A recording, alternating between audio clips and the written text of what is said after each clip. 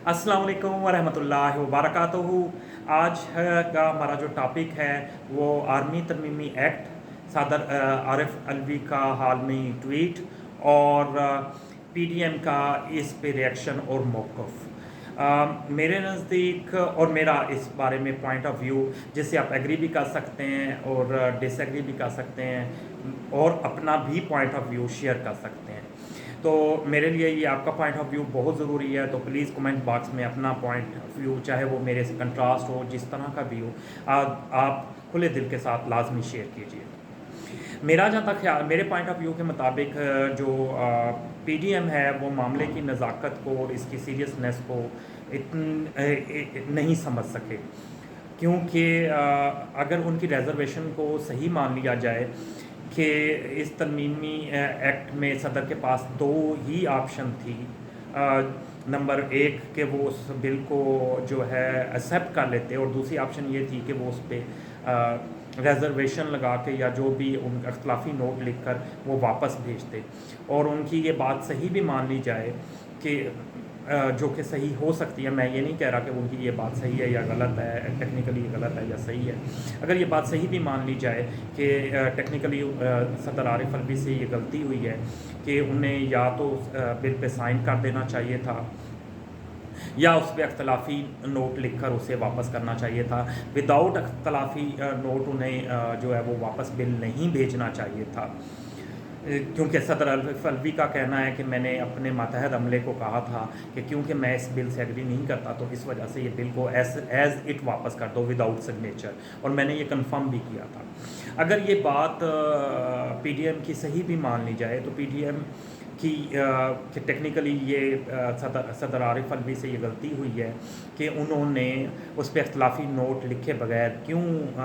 जो है वो वापस भेजा है। लेकिन उसके बावजूद मामले की नज़ाकत को समझना बहुत ज़रूरी है, उसकी सीरियसनेस को पीडीएम को समझना चाहिए कि अगर ये एक रवायत चल पड़ती है कि ना मातहत अमला जो है वो फेक साइन करके और अपनी तरफ से साइन करके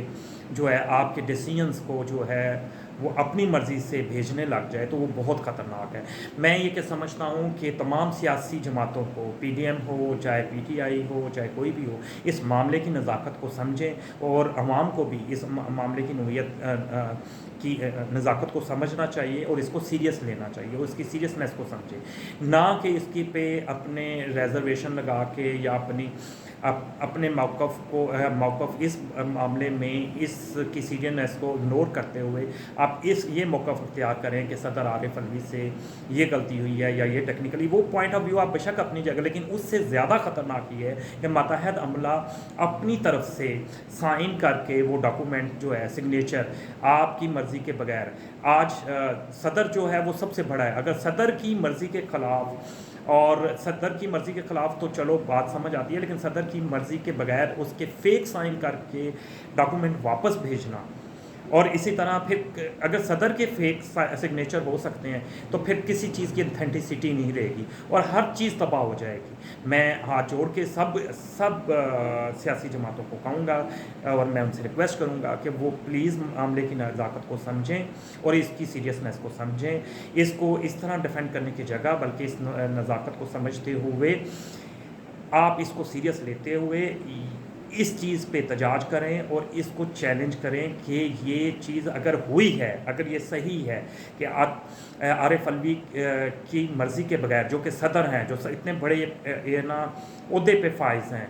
तो उनकी मर्ज़ी के ख़िलाफ़ अगर फेक सिग्नेचर होते हैं और मातहत अमला फेक सिग्नेचर करके अपनी मर्ज़ी के डिसीजन करता है, तो कल किसी भी मैटर में मातहत अमला जो है वो आपके कंट्रोल से बाहर हो जाएगा और वो आपके तमाम डिसीजन वो अपने आप खुद करने लग जाएगा। प्लीज़ इसको सीरियस लें। मेरा पॉइंट ऑफ व्यू से आप एग्री भी कर सकते हैं, पीडीएम वाले भी, पीटीआई वाले भी, नून लीग वाले भी, लेकिन जो कुछ भी आप मेरे से एग्री करें, लेकिन एग्री करें या डिसएग्री करें, जो भी आपका पॉइंट ऑफ व्यू है आप प्लीज़ कमेंट बॉक्स में लाजमी शेयर करें। लेकिन मैं फिर कहूँगा कि सियासी वाबस्तगी के अलावा ये सोचें कि फ़ेक सिग्नेचर जो है इतने प्राइम सीट पे बैठे हुए की भी फेक सिग्नेचर जो हैं वो किए जा सकते हैं, तो ये कल बात कितनी ख़तरनाक हो सकती है। और ये मामले की सीरियसनेस को सब जमातों को, सब बल्कि सब कौम को ये समझना चाहिए। बहुत बहुत शुक्रिया, थैंक यू वेरी मच। मैं आपके कमेंट्स का और आपके पॉइंट ऑफ व्यू का कमेंट बॉक्स में इंतज़ार करूँगा। बहुत बहुत शुक्रिया। अल्लाह हाफिज़।